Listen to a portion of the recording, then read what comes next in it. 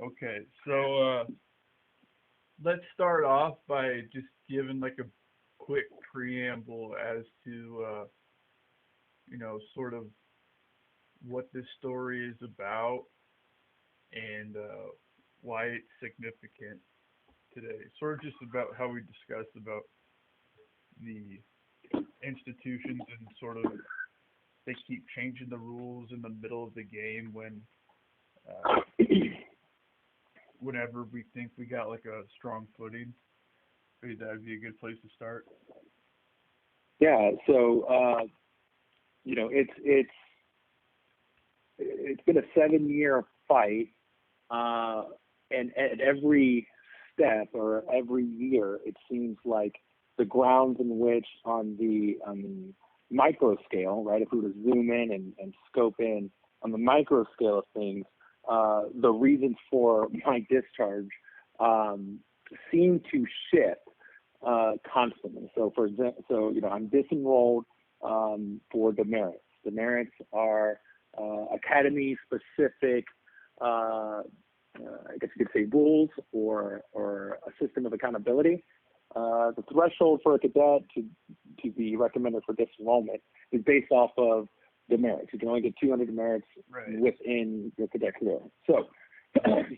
So my work with OSI resulted in my discharge via academy-specific rules or demerits. And so that's what's on paper.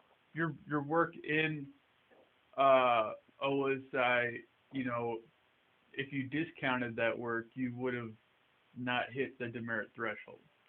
Exactly. So easiest way to put it is if there was no OSI, there was no discharge or demerits, and we wouldn't be having this conversation.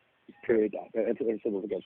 Now, so that's why I was disenrolled. That's what's on the official paperwork. Now, what I was doing with OSI was not known at the time of my discharge. The cases that I was working was not known. The time frame in which I began working with OSI or was not known by Air Force leadership. And I think it's important for everyone to understand that OSI and its command structure, although it's under the big umbrella of the Air Force, is not under, in this case, the superintendent, Lieutenant General Gould's authority. So Lieutenant General Gould cannot tell OSI what to do. And so working in under the almost like two separate chain of command, like OSI, the FBI and the executive branch, kind of, right? Exactly. That's exactly how it is. Yeah, it's an investigative body, so it's separate and apart. I'm discharged. I'm disenrolled based off of the merits. As I'm going through the appeal process, and I think it's easiest for everyone to kind of understand it this way, that there are almost 3 overlapping roads that are occurring at the same time. You have what's going on with OSI, you have what's going on with the Air Force and Academy leadership, and then you have a separate, and this would be kind of when the media gets involved, a separate road, right? So there's like these 3 roads that are overshadowing each other. Mm-hmm. And so I was disenrolled in April of 2013, and before that disenrollment, I was pleading to my case about OSI, and I'll dive into that here in a bit. But to answer your question in the preamble, to answer your question in the preamble. Oh, I was gonna say, are we gonna get to like sort of the beginning of like from your like first days in the academy? Yeah. Okay. Yeah. So let me wrap up the preamble part. So basically, that's what was officially the cause for my disenrollment. Since then, the goalposts changed. So at first it was, well, you didn't work for OSI during the dates of the infraction, and so therefore the decision stands. Then it moved to, well, after it was proven that, the dates were incorrect, and it was proven that I was working for OSI for 2 years and not 1, then the goalposts moved. It was, it is not just the dates, but there's no linkage between the misconduct and your disenrollment via OSI, so the decision came. Well, after further investigations and further now transcripts and testimony by various institutions and individual witnesses, well, that was proven to be false, that there is linkage and a direct correlation, in fact, a causation between the work I was doing with OSI and my disrollment. Well, right. the goalpost moved again to where we currently are today, where now it's not your misconduct that's associated with, or it's not your conduct associated with OSI, and this is quoting the BCMR or the Board Corrections of Military Records. Now the statement is, well, Air Force leadership knew all along that you were working with OSI, which they said in the beginning they didn't. And not only that, it's not your conduct with OSI that resulted in your discharge and disrollment. It's your conduct outside of anything and everything OSI that results in your disrollment. So that's currently where we are again. It's very far away from what I was originally, I guess, accused of. Mm-hmm. And today, I can't even answer the question as to what conduct they're talking about, because every piece of documentation that you look at is wrapped up with OSI. So going back to what we said in the beginning, if you remove OSI, you remove the demerits. By therefore, you remove me being discharged. Yeah. Okay. I think that's a pretty good place to start for right now. Then people will see sort of more as the thread unravels how weird it gets. Right. And so I guess it's for the benefit of those who are listening.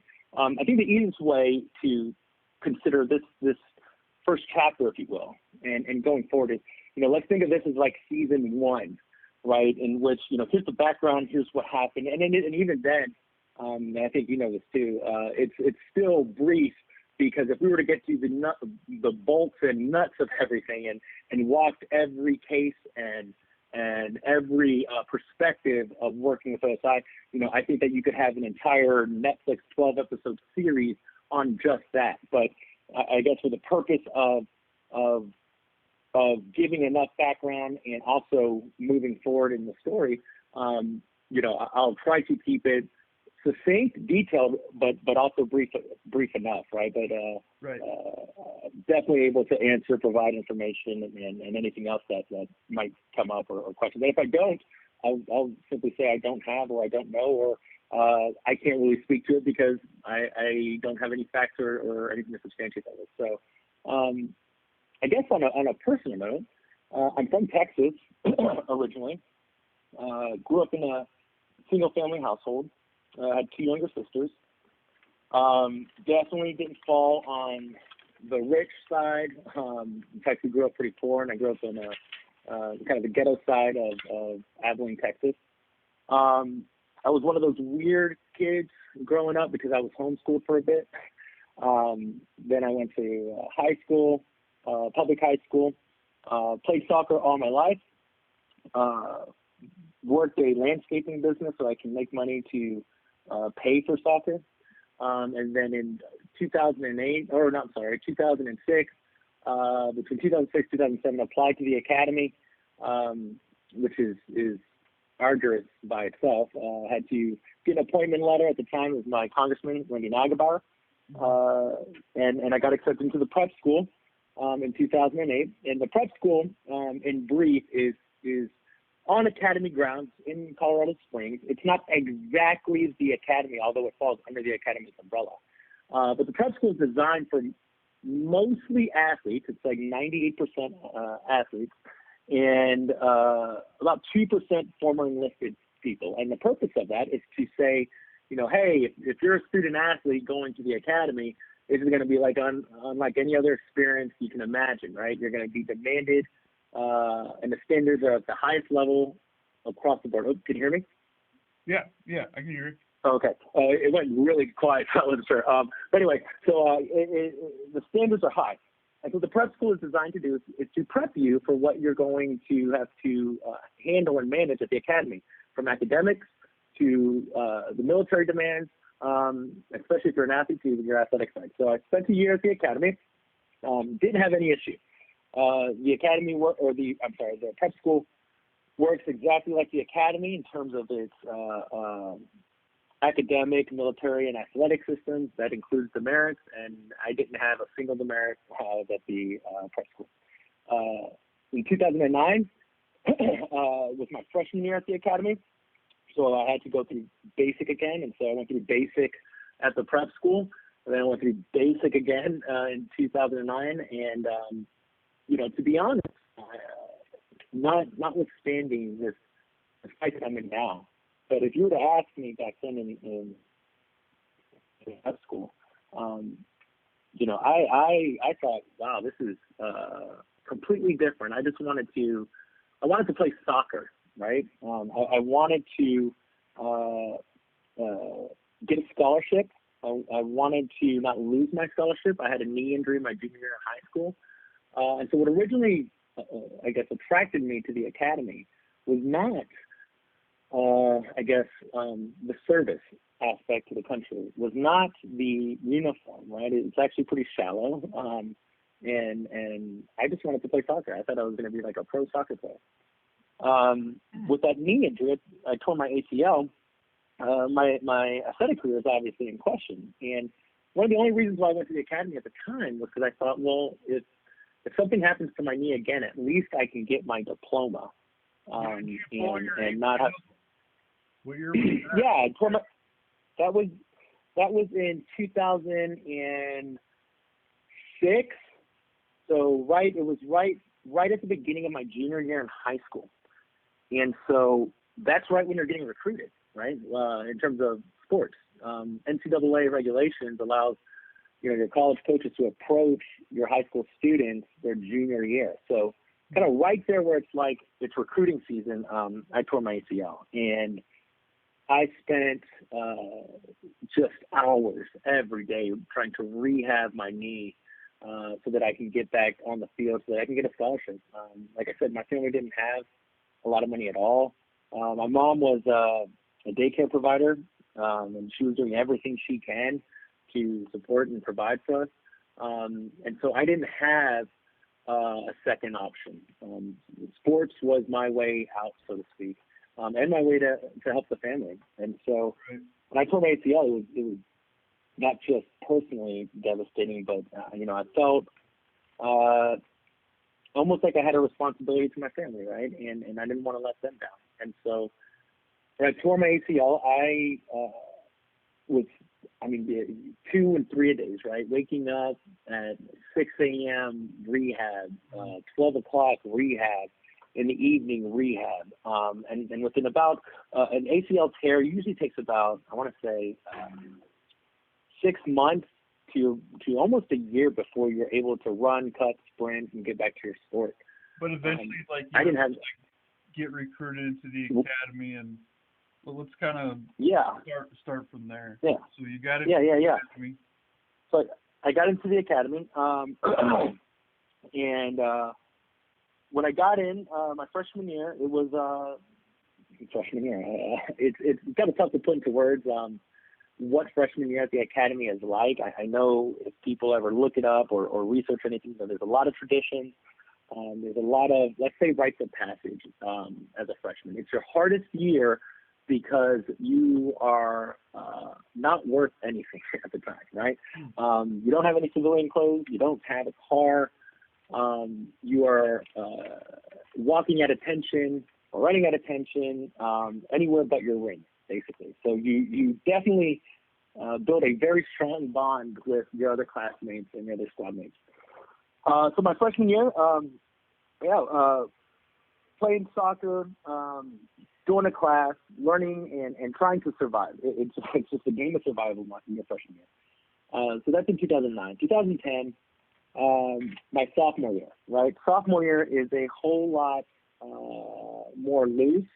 You're not exactly a junior or a senior, and that's when you have more authority as far as a cadet. But you're definitely not a freshman. So you're kind of like in between worlds, right? You can have civilian clothes, but you don't have a car yet.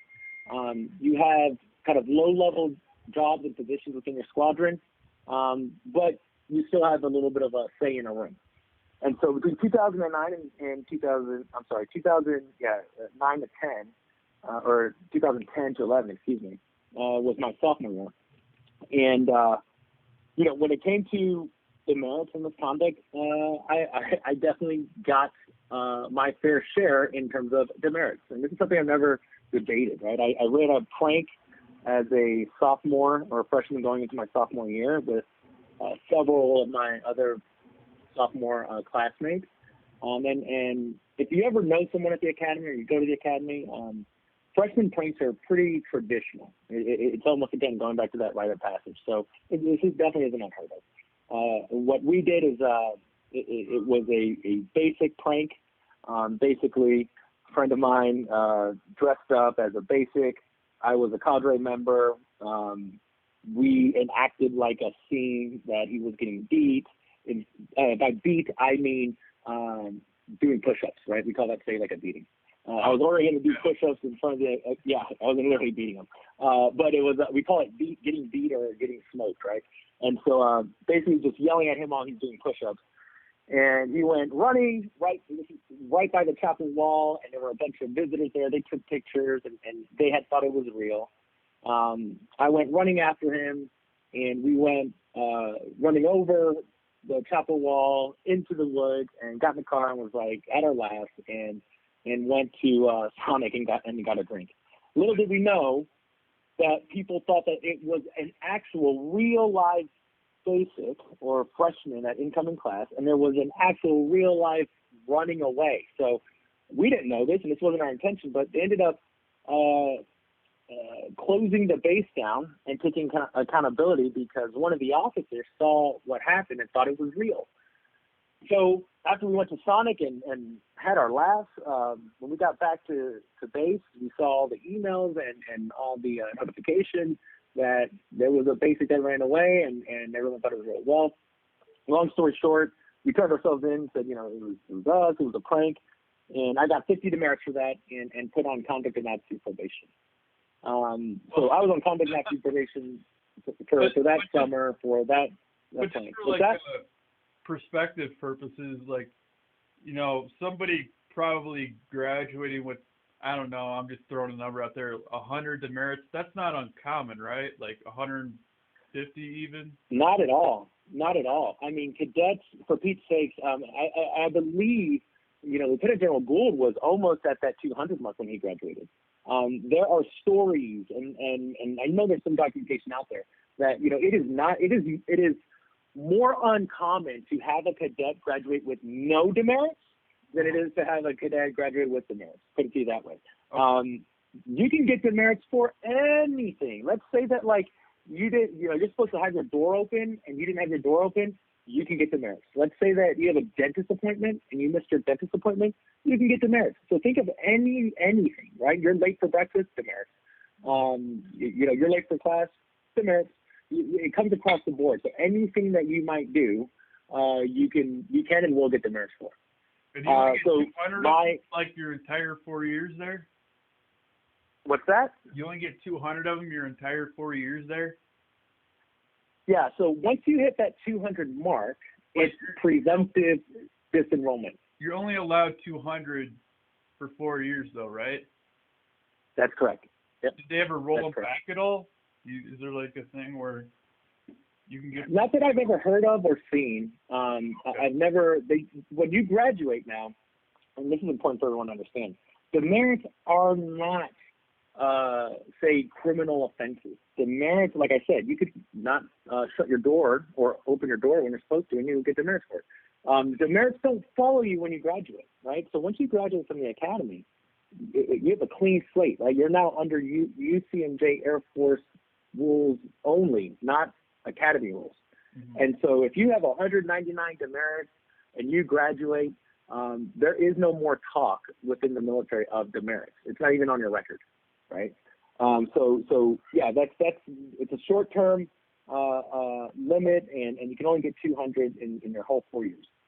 So last time we sort of kind of got the ball rolling on this, events really started to take place right around the Northern Colorado State football game versus the United States Air Force Academy, which I think was around October or November of 2011, I think. Is that right? Is that close? 2010, right. It's 2010. So, yeah, and I'm kind of bringing us along, and now, you know, I guess we're about to get into the significant part. Yeah. Okay. So, you know, the basic stuff happens, and that gives me 50 demerits. I had 5 demerits up until that point for missing a dentist appointment. I believe like 20 demerits because I missed formation. And in total, I believe it was, so not 20, I'm sorry, 10 or 15.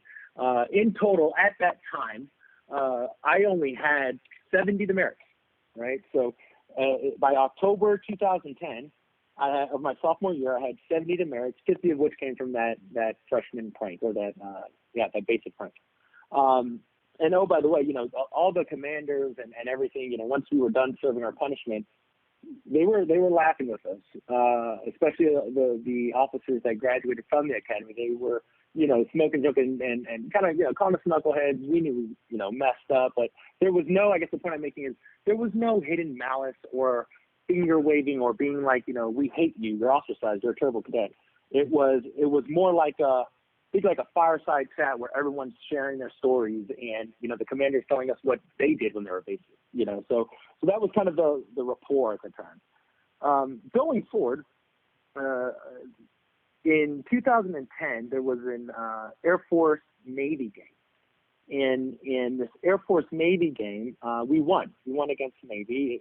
Anytime we win against another service, it's a big celebration for the cadet wing. And for us, we went against Navy, and the superintendent at the time gave everyone a pass to leave on the weekend. So just so kind of like your listeners know, we can't leave base whenever we want to, right? There's a whole procedure that when you leave base, we have this system in which you have to sign out, and signing out is basically letting your squadron commander know, hey, I'm going to this address, I'm leaving at this time, I'm anticipating to be back on this date at this time, and every cadet has a certain amount of passes that they can use on a weekend to get out. So, you know, say for me in this case, my sophomore year, I don't know the exact number, so, you know, I might be wrong here, but it was somewhere around like having 15 day passes. And so if you were going to go out on a weekend, let's say me and you are going to go to Buffalo Wild Wings. You have to sign out on Friday and put where we're going and the time that, you know, we're leaving. And that's going to be 1 day pass. And then if we're going to go out, if we're going to stay out till Sunday, well, we're going to have to do another day pass on Saturday and another day pass on Sunday. So 3 total passes just for a weekend, right? So it's kind of giving you an idea of like, we don't get out much often. And so on this occasion, everyone was really excited. Everyone was in high spirits.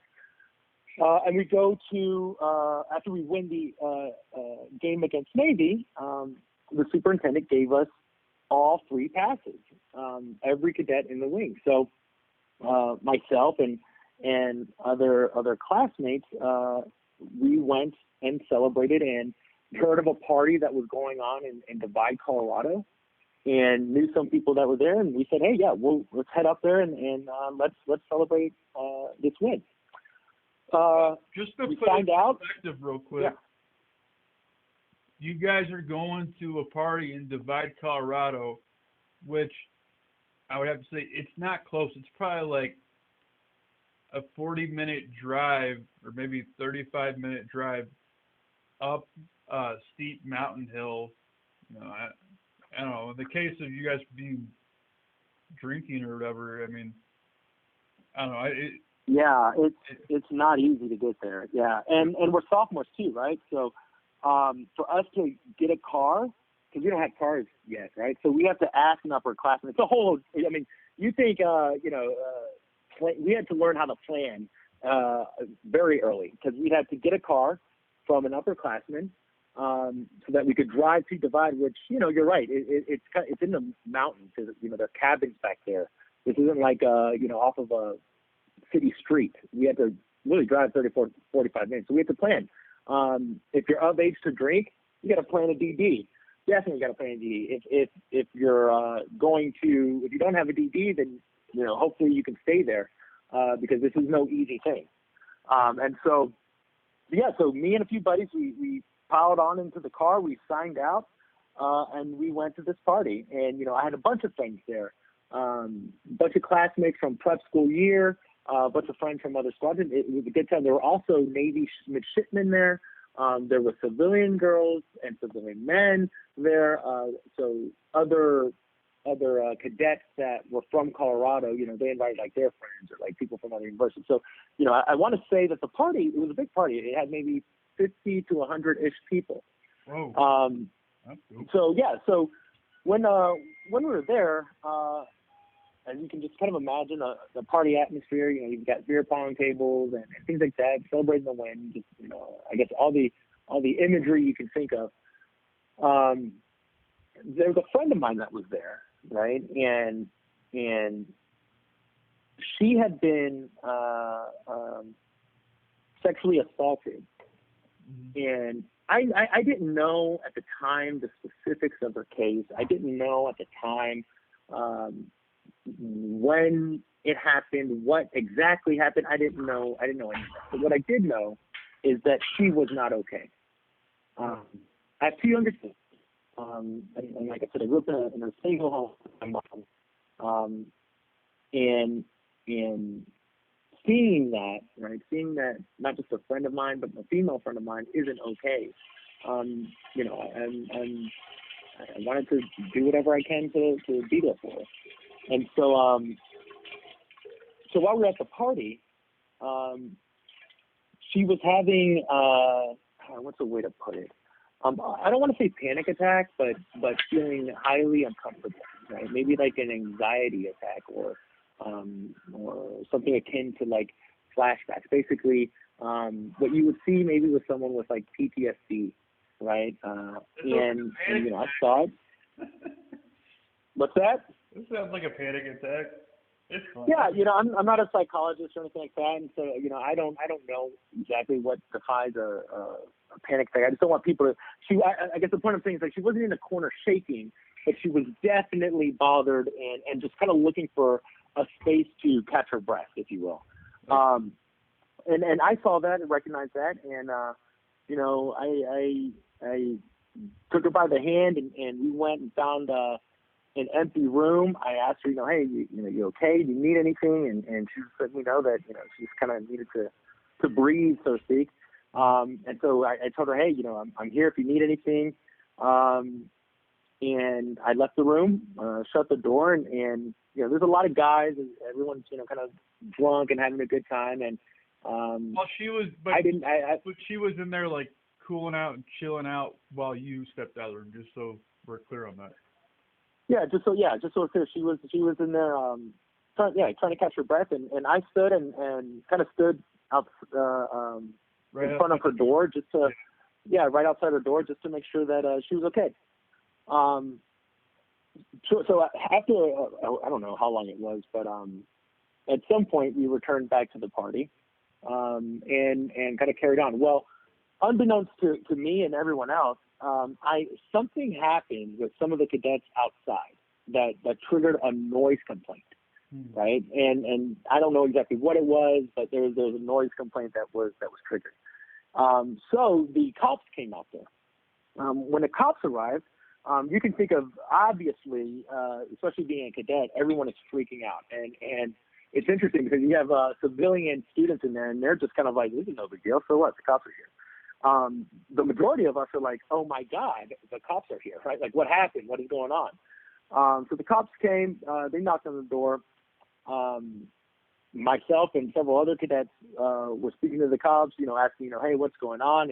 And they said they got a noise complaint. They, you know, wanted to see what was happening. They came into the cabin, went looking around. I guess, you know, I really don't know what their intent was, because all I knew was there was a noise complaint. So they were walking around, I think, making sure everybody was okay. They asked us all for our IDs.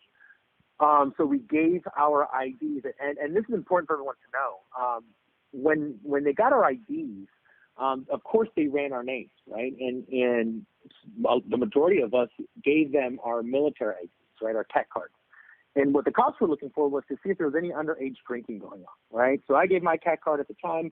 I was of age. There were other cadets there that were not of age. And so what the cops eventually ended up doing was just, they took the pump out of a barrel, or the pump out of a keg, they took the whatever I forgot what you call it. They took the pump from the keg. They took you see what I mean? They took any bottles that were they could see. They took that with them. They told us to be safe, and that was pretty much it. And so at that point, obviously people started to leave. Right? If you had a DD, you were leaving. I left with my group of friends, and other people left as well. What we didn't know is that at the same time that night, a car full of cadets tried to get back on base, and they were all drunk. Right? This group of cadets, they weren't my friends. I only knew of them. I didn't really know them. I didn't even know what was happening or that occurred. All I knew was that these cadets tried to get back on base. They were drunk, and they got stopped by one of the gate guards who did a sobriety test and found that the driver was intoxicated, and obviously the passengers were intoxicated, and I believe one of the passengers was underage. Well, when this happened, the gate guard obviously wrote a report, and that report went to those cadets' commanders, and the commanders began to ask, okay, what party did you come from? What was going on at this party? And who all was there? And so the car full of cadets told their commander everyone that they knew, and told them that it was a big party and they didn't know anyone else that was there. So what the commanders did is the academy, now it's I guess we could say Air Force leadership at the academy leadership, kind of did I guess the best way to consider it is like an administrative investigation, right, where they were trying to figure out who all was at this party. And so what they did was the academy called the local police department and asked if there were any cadets in the system on that night that they had ran. Obviously, because there was a noise complaint, the cops had everyone that was at that party that gave their ID. They had their names in kind of like in a file. So when Air Force leadership called the Colorado Springs Police Department, they found pretty much everyone that was there.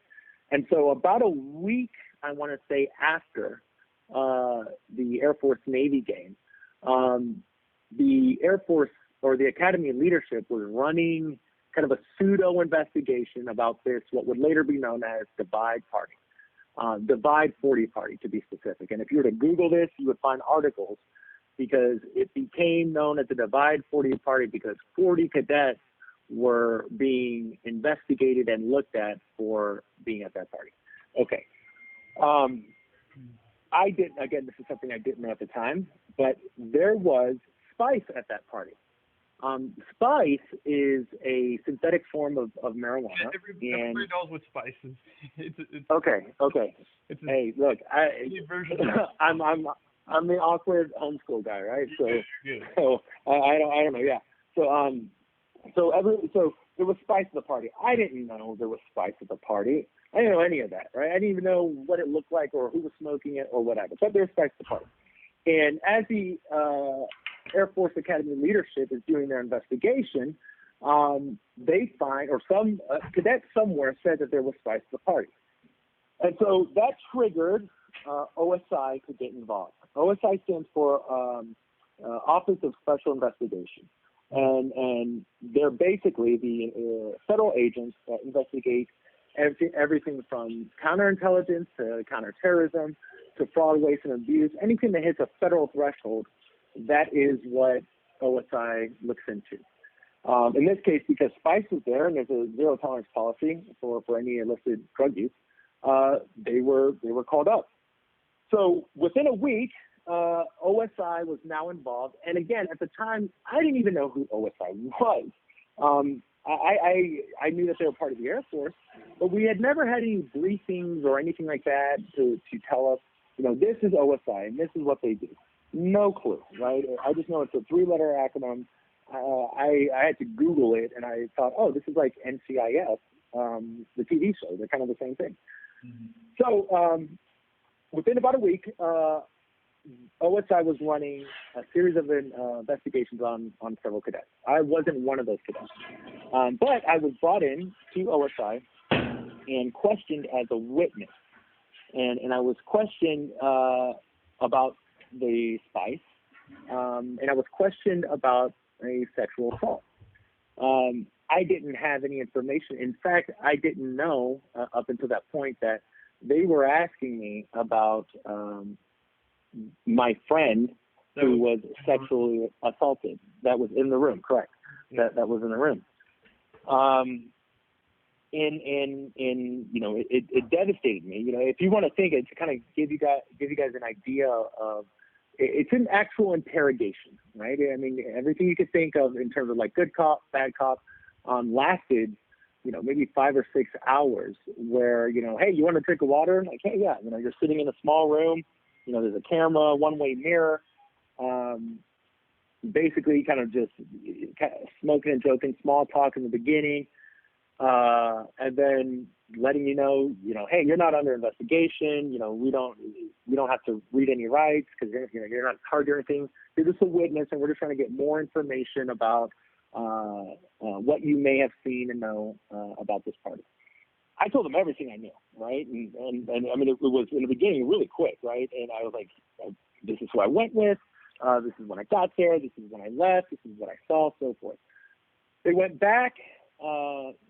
Let me kind of, I guess, marinate my thoughts for about 10 minutes, came back into the room and pressed me, right? And this is, I guess you could say, the bad cop side, where they were saying, look, we know you know more information. We know that you know the names. We know that you know all of this stuff. And it was tough because I'm thinking, you know, I'm if I knew, I would tell you. I don't know anything that you're talking about. I don't know anything about drugs or any of this stuff. And when they brought up my friend's name and was telling me that I knew something about this, it was kind of crushing, right? Because if I had known, of course I would do something, but I didn't know anything. And I, you know, I told them what I did. I told them, you know, I took it to a room so she could catch her breath, stood outside her door to make sure no one was coming in. But I don't know anything, and it was frustrating because for the first time, you know, I kind of felt helpless in a part of someone else's suffering, right? And I couldn't do anything about it. And I thought of my younger sisters, and I thought, man, like if one of my sisters was going through this, I would pray to God somebody was able to do something. Up until that point as well, you know, I had another close friend of mine that was sexually assaulted that I was very, very close with, knew that she was sexually assaulted, knew that she was going through the process of her case, and I couldn't do anything there, right? So this was kind of like a breaking moment, at least for me, because on one end, you know, these are both my friends. You know, one, I know her story. The other one, I don't know her story. Meanwhile, you know, here are two agents acting as though I'm like withholding information.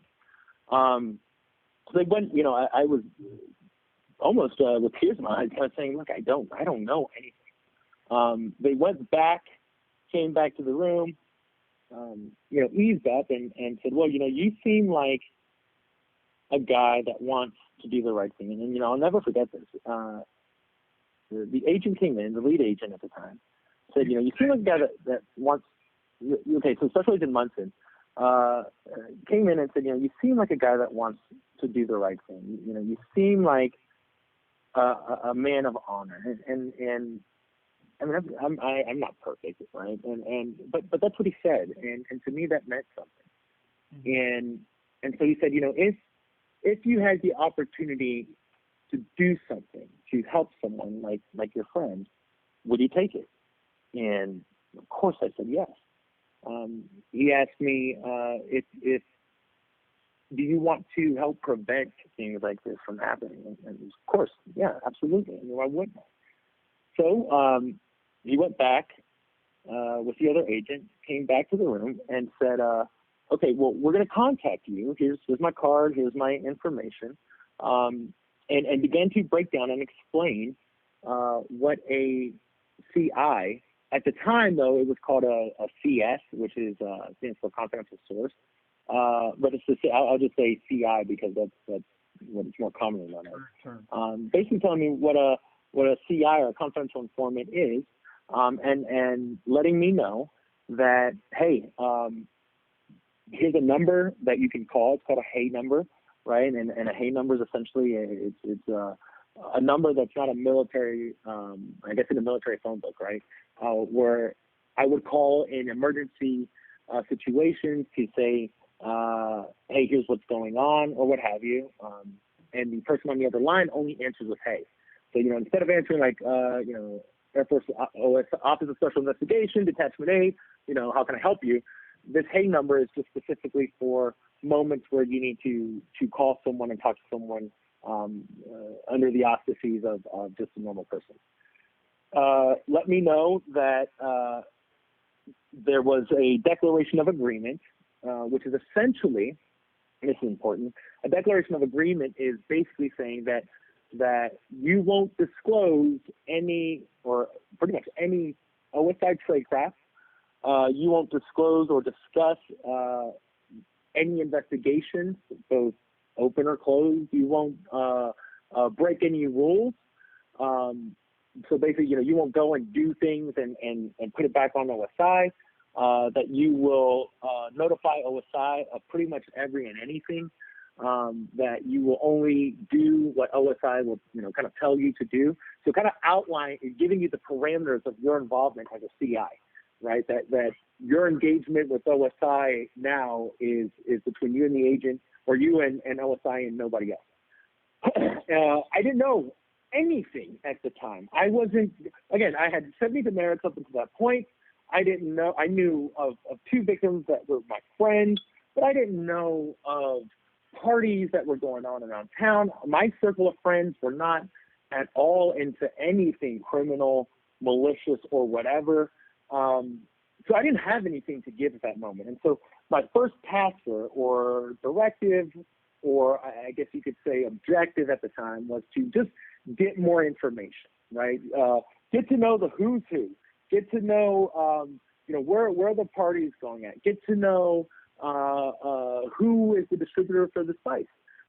Keep your eyes open, keep your ears open, build a network, right? And so that's what I was doing. Got the information, signed, told them I don't know anything, but, okay, got it. This is what I was doing. So that's essentially what I was doing from October 2010 going forward. And so as I began to balance, and I think it's important for everyone to understand, I'm not a genius. I am not academically gifted like I know some of my other classmates are. I was the guy that had to stay up all night to learn that equation, and hopefully I would pass. I wasn't the one that could fall asleep in class and just get an A, right? I was the one that was like sweating bullets, like I really hope I got a good grade on this. And, someone else is like, yeah, me too. And they get an A and I get like a C. So that was me. So I'm balancing the academic side. Throughout my entire cadet career, I was on and off academic probation, right? I would fluctuate. Like my freshman sophomore year, I went from, this is terrible. I went from a GPA anywhere at the lowest was like a 1.9 at one moment to a 2.7, 2.8. Sophomore year, lowest was like a 2.1. Got to like a 2.3, 2.5, and then my senior year floated around that 2.5, 2.9 mark, right around there. So I was always what we have. Can you hear me? Yeah, I can hear you. Hello? Okay. Yeah, so I was always kind of floating on in and out of academic probation, right? How does this correlate? So moving forward to 2011, I'm signing. I'm working with OSI. One of the things that Special Agent Munson told me was that my chain of command would be read in on what I'm doing with OSI. However, if I was asked anything about OSI, or if something were to happen, that I was not to tell anybody, even my commander, about my engagement with OSI. I would just have to communicate directly with OSI. So at that time, I had 2 assurances. One, that they were speaking to my chain of command. They were letting them know everything that I was doing for OSI. And 2, if I ever was approached or questioned about what I was doing for OSI, that I should go to OSI and refrain from telling anyone anything. And that is, again, part of the non-disclosure agreement, kind of like an NDA, or non-disclosure, a declaration of agreement, that I wouldn't cross those boundaries, right? Okay. So, right. in the spring of 2000. Yeah. the information that you shared with OSI, that information, as it is understood officially, stays with OSI, in that Correct. no other part of the United States Air Force Academy, superintendent or otherwise, should or would know about what OSI is doing, essentially. Essentially, yeah. Essentially, so OSI basically briefs the commander on any investigations that are going on. Right now, in that brief, what OSI says or doesn't say, or how they say something, that's going to be up to the briefer or the OSI agent.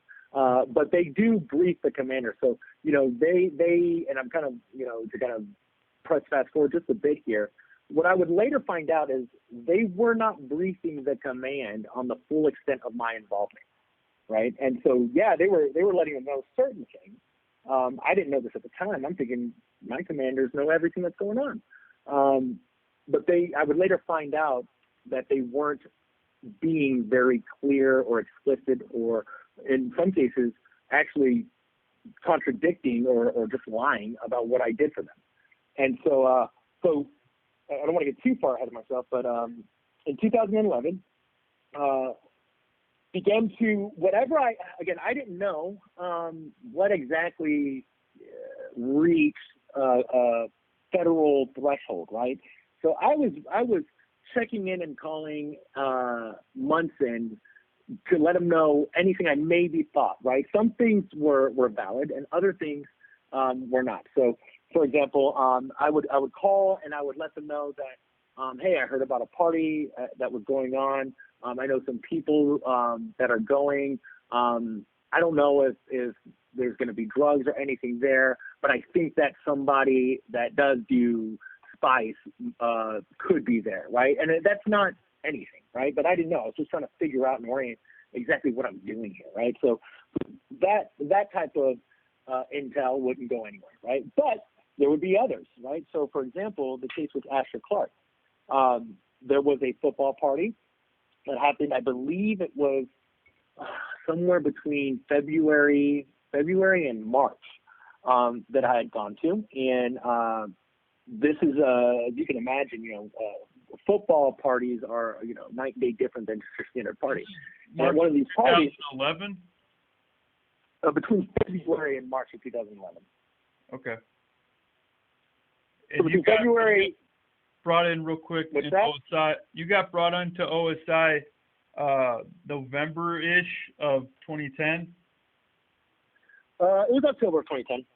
Yeah, October of 2010. Okay. So, yeah, the Air Force Navy game, I believe, was October 2nd. And I think it was the first declaration of agreement that I signed with OSI was October 10th. Okay. So really short time frame there. Just so we have a little timeline. Yeah. But go ahead. Yeah. So now, February, March of 2011, I went to a football party, and this was, something worth investigating. So at this football party, there was one of I guess if you looked at a billboard in Colorado Springs and saw the, Falcon billboard, all of his players were at this party. And in the basement of one of these parties, Asher Clark, one of the lead running backs, was smoking from a bong, right? And a bunch of other people were smoking from a bong. And I thought, okay, this must be what they mean as to, what I'm supposed to do. So I went back, told Munson about it, and this was definitely something worth exploring. However, Munson was letting me know that the information I was giving him wasn't enough, right? Obviously, when you're talking about the star running back, he was letting me know I'm going to need a lot more than just seeing and telling him that he was smoking from the bong. What I would later find out is that Munson should have done something. He should have opened it, but he didn't, right? He just didn't. I don't know why. My assumption is that it's because it was Asher Clark, but that he should have done something. when you read some of the, reports from the DOD-IG and things that were released in like 2016, 2017, they will come back and ask the same questions as to why did OSI have such a poor system in terms of their paperwork, right? And this isn't just me making it up. That was the findings of the IG, that the OSI agents did not record or keep agent notes like they should. So I let him know nothing goes with that. I wrote a statement regarding it. Nothing. It didn't go anywhere. Okay. I was also being told of different pieces of information to also look into, right? And so if they were looking at different cases or different things that were coming their way, that they thought that I could be, of help or assistance, they would let me know. So this wasn't like a one-way street where I'm just giving information. And I want to be really clear, just so everyone knows. Let me take a moment to pause here. I've been called a narc. I've been called a snitch. I've been called all of these things, even by some of what I thought were my friends, right? There isn't a case that I was involved in that either A, didn't involve sexual assault or serial rapists, like some people put it, or B, that this was just like, oh, such and such just smoked weed one time or something like that. It wasn't like you stole a milk carton from the dining facility and I went, oh my God, I'm going to go tell on you. It wasn't that at all. In fact, it's one of the things that kind of hurts me is that the very friends that, I thought they were my friends, that would later be, kind of calling me a snitch and a narc and all this stuff. I'm thinking, dude, like, we've been out together. We went to parties together. If I was that guy, why did you graduate? If I was that guy, why did, all these people that are calling me these things that know me, it's like, hey, dude, you graduate. If I was doing all that stuff, don't you think that I would have been like you would have gotten some type of recourse? Because, look, we both know there was probably some things I could have written down if that was who I was, but it wasn't, not at all. And so I just want to make that clear that this wasn't something where, Eric, it's totally fine. Like, for the people that don't know, this is strictly about, the sort of institutional backlash that you've been facing and that you actually were looking into serious federal crimes as far as like sexual assaults go. Right. So we don't have to spend too much time. Right. Okay. I know. I just I understand you want to make sure that's clear. My character has just been assassinated, and so a few moments that I get to actually speak and be heard, I try to make it as clear as possible that, look, I wasn't that guy. This just wasn't the case. Look, if you're cool with having someone who's raped 8 women in uniform, I don't think the problem's with me.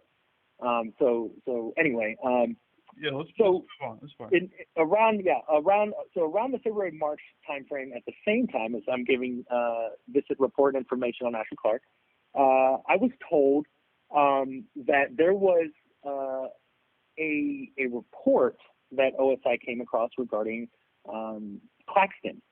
Stephon Claxton was a former football player, cadet that was in my squadron, and he had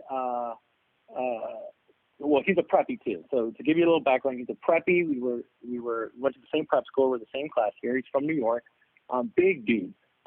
Maybe about 6'3", 6'4", maybe 280, right around the 300 mark. Big guy, right? He was in my squadron, and so we were in the same squadron that we would be in till we graduate.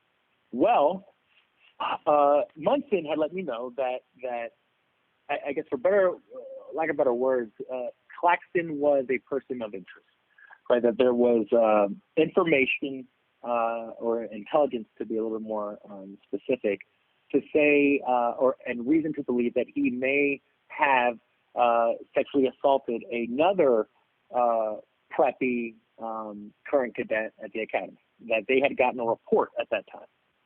And so they let me know that, Claxton is a target.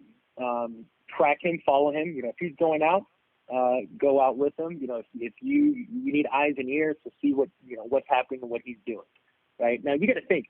For me, I didn't have up until that point. I didn't have any reason to think or believe that Claxton wasn't or was doing this.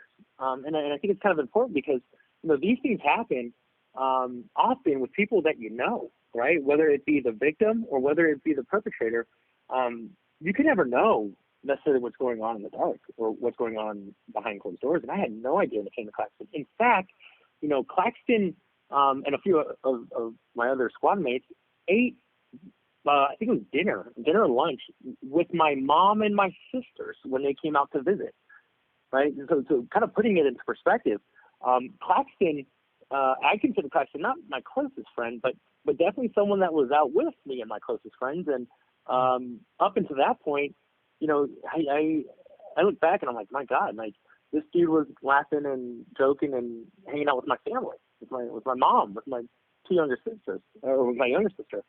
So when Munson let me know this, I thought, wow, like this is, man, I was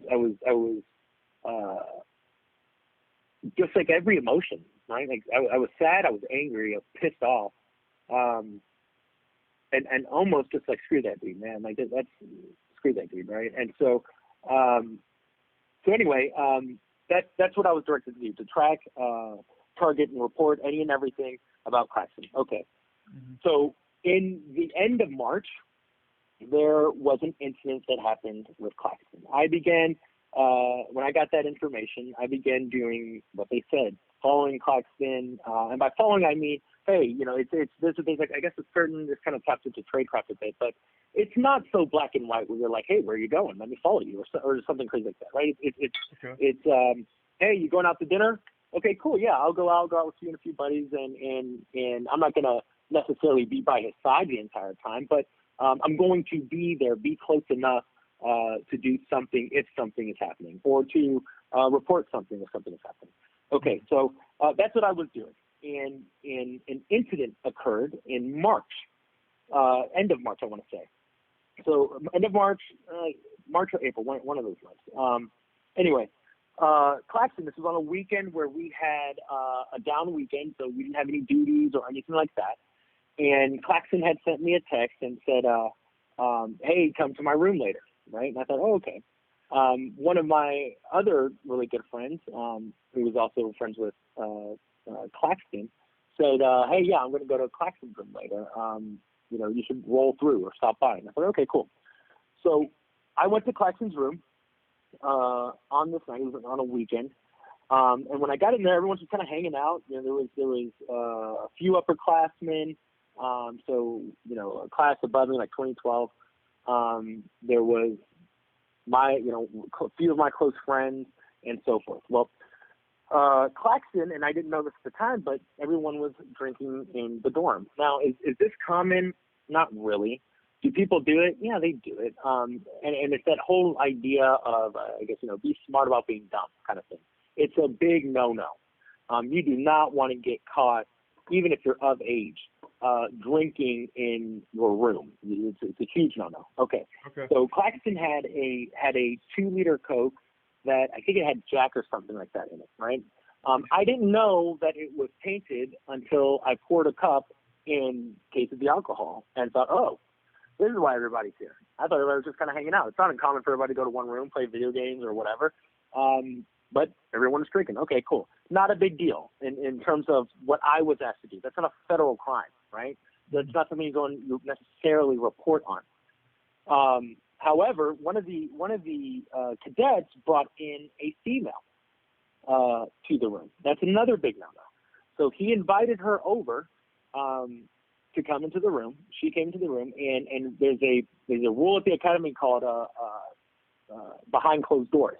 What that basically means is that you cannot have someone of the opposite sex behind a closed door in your room.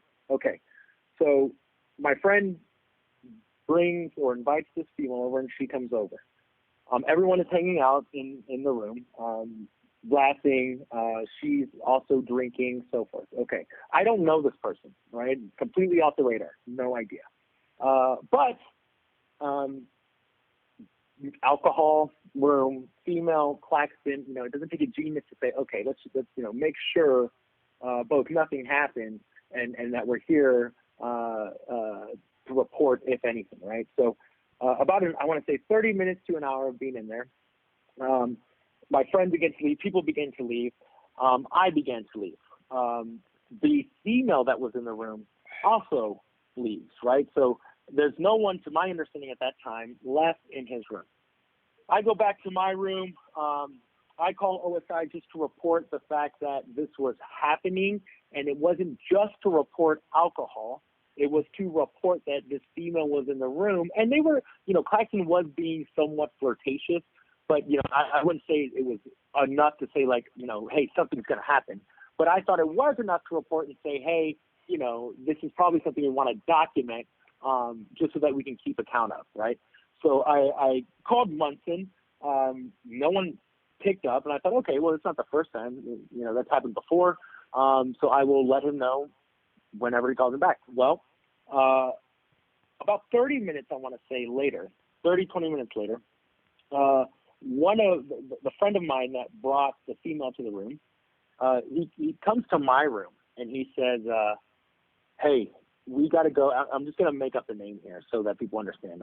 Let's say that my friend's name is John, right? John goes, we got to get down to Sarah's room, and we'll call her Sarah. We got to get down to Sarah's room because something happened. And I thought, oh, God, what happened? And he goes, I don't know. She called me. She's really upset. So we go down to Sarah's room, and Sarah is in tears. I mean, just absolutely weeping. Just the floodgates are open. Okay. And myself and John are trying to figure out, hey, what's going on? What's happened? And she tells us that she went back to the room. I think she forgot something or something along those lines. She went back to the room, and when she was in the room, she was on Claxton's bed. They were talking. She was really intoxicated. Not so much that she couldn't remember, but she was definitely drunk. Drunk enough where you have to kind of sit down because you're getting kind of loopy. That type of drunk. Okay. So she was in the room, and she was telling us that Claxton had shut the blinds, taken her hand while she had passed out, I guess, on the bed, and put it down his pants. And she freaked out, right? And so she freaks out, and he's basically, he was drunk too, and he's, to her, what she was saying, he was mumbling something, and then tried to do it again. Claxton is a big dude. This chick is like maybe, she's like maybe 5'10", skin and bones, really skinny gal. Okay. And he tries to touch her. He tries to touch her again.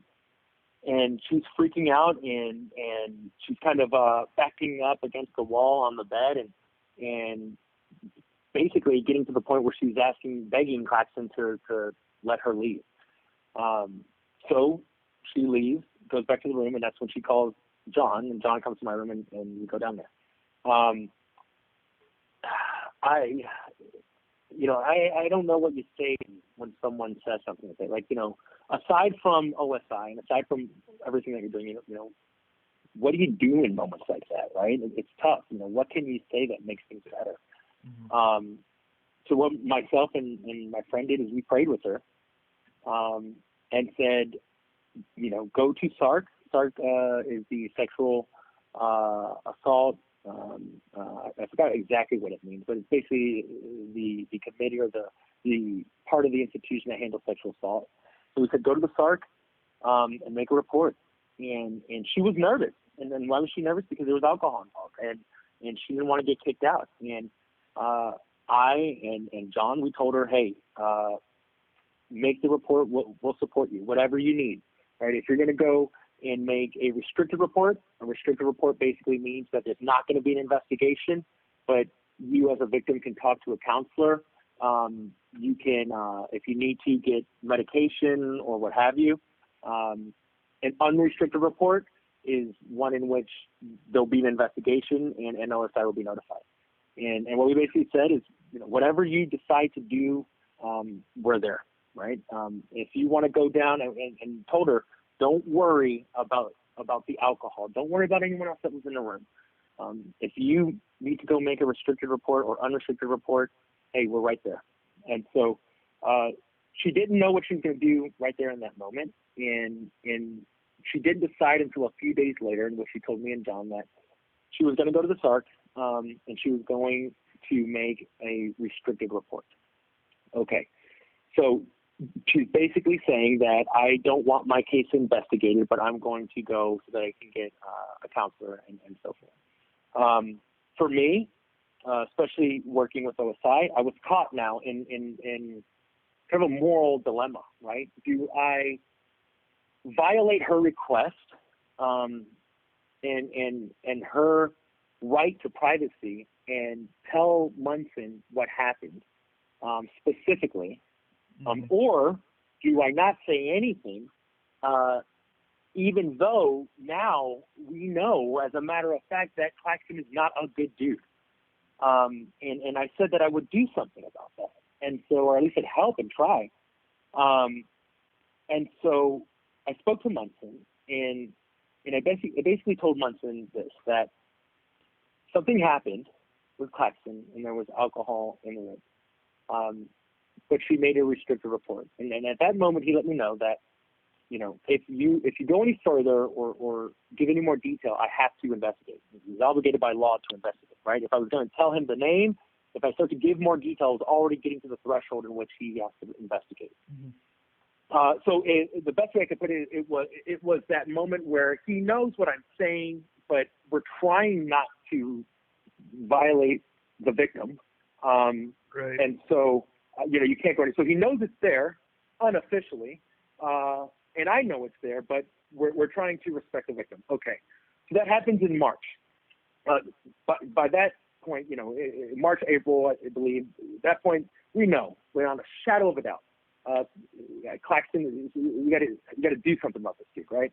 So going forward, I'm still expanding that social network, still trying to get in the know. So I'm still providing information that I think is worthy, and Eric, still following and tracking Claxton. Yeah. We're sort of at close to like an hour mark now. Okay.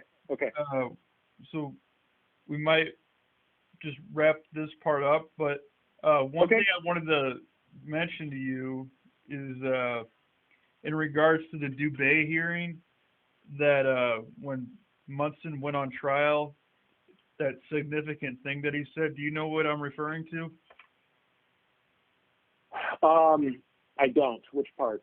And this is significant just for the story at large, that Munson, and I'll try to quote it the best I can, he said, I remember asking Mr. Thomas to fill out this agreement, the agreement being, you know, you saying that you are part of a confidential informant. I asked Mr. Thomas to fill out, confidential informant. I asked Mr. Thomas to fill it out, and then I may have not gone anywhere with it. In other words, saying that, you know, the documentation that says you were ever a confidential informant was never filed by Munson, and it was admitted by Munson on a trial. Correct.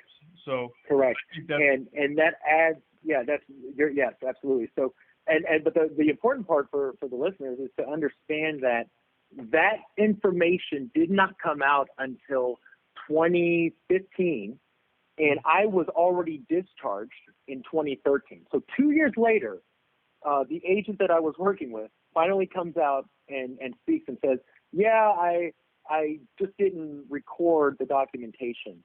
And that was later reiterated by the DODIG in 2016 in their report that said OSI as an organization at the academy had several areas in which they failed to document appropriately, right? But it was used and still is today. That is still used against me because Air Force leadership says, oh, well, there's no documentation. They act as though Munson didn't just say what happened to the documentation, right? So again, going back to what we started with in the beginning, it's that moving of the goalposts.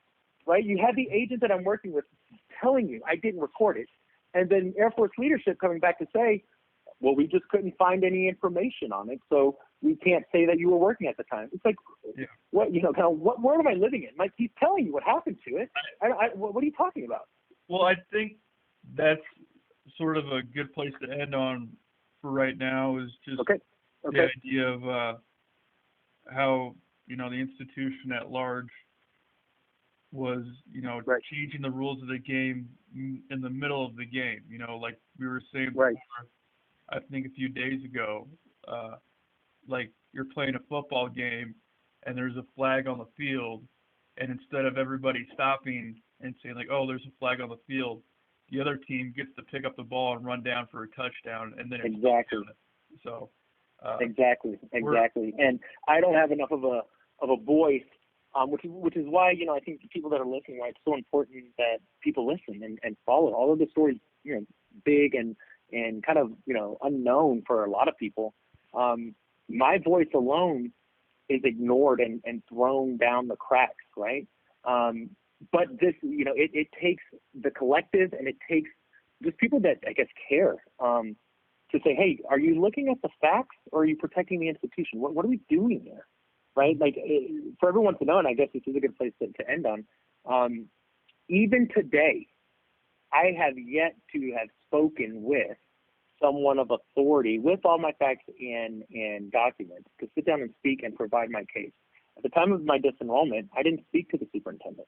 I wasn't able to. He denied my request to talk to him. Years after, and every request since to sit down, speak, and provide the facts, not only have I been denied, but the agents that I worked with were either ordered not to speak, or they were not requested to speak to add the substantial documentation to what I'm saying. So it's not a matter of whether or not the facts are there. It's a matter of these people just don't want to listen, and they don't want to hear, despite me trying not to give the institution a black eye, but also not just run away with my name completely tarnished. And let's just end on it by saying that the institution, the Air Force Academy, you're trying to get reinstated into the Air Force, so it's not as though you're against the institution, but it's the fact that I think a lot of people feel today that our institutions need to be kept more honest, and it's not that we're against them or anything, but there has to be a level of accountability. So I think and I absolutely, and I just want to double down on that I'm not against the institution. I want to, for Pete's sakes, I want to play on the same team. I'm not some bitter ex-military person that has some vendetta. The whole nature of what I was doing was meant to happen out of the spotlight. I don't like the spotlight per se. I don't want to be doing or talking about any of this. I just wanted to graduate and fly. That was the job I had. I was supposed to go to Vance, Oklahoma, when I graduated to fly. And that's all I'm trying to do, and still trying to do to this day. So I don't have any vendetta against the academy or the Air Force. I have begged the superintendents. There's been 3 or 4 superintendents I've been through now since the start of this, to just listen to me, to help me, to give them the facts that they didn't know when they made that decision. I've pleaded with the Secretary of the Air Force the best that I can to give me an opportunity to speak to her and provide my case and the information that was not known at the time. And I've been working behind closed doors for the last 7 years, and not necessarily in the spotlight, because I don't think that is going to always, at least at the end of the day, serve a purpose, right? But at the end of the day, I can't just sit here and accept something that was just that wrong. And I can't sit here and accept the fact that my name has been completely ruined in the spot in the public area. And I can't accept the fact that, look, I didn't have to do anything. If I didn't do anything, we wouldn't even be having this conversation. But there'd be 3 rapists in the Air Force. Well, I think that's good for right now. We'll sort of end the podcast here, and then we'll talk about a few things as it pertains afterwards. Okay? So I'm ending the podcast right now. Right? 3, 2. Okay.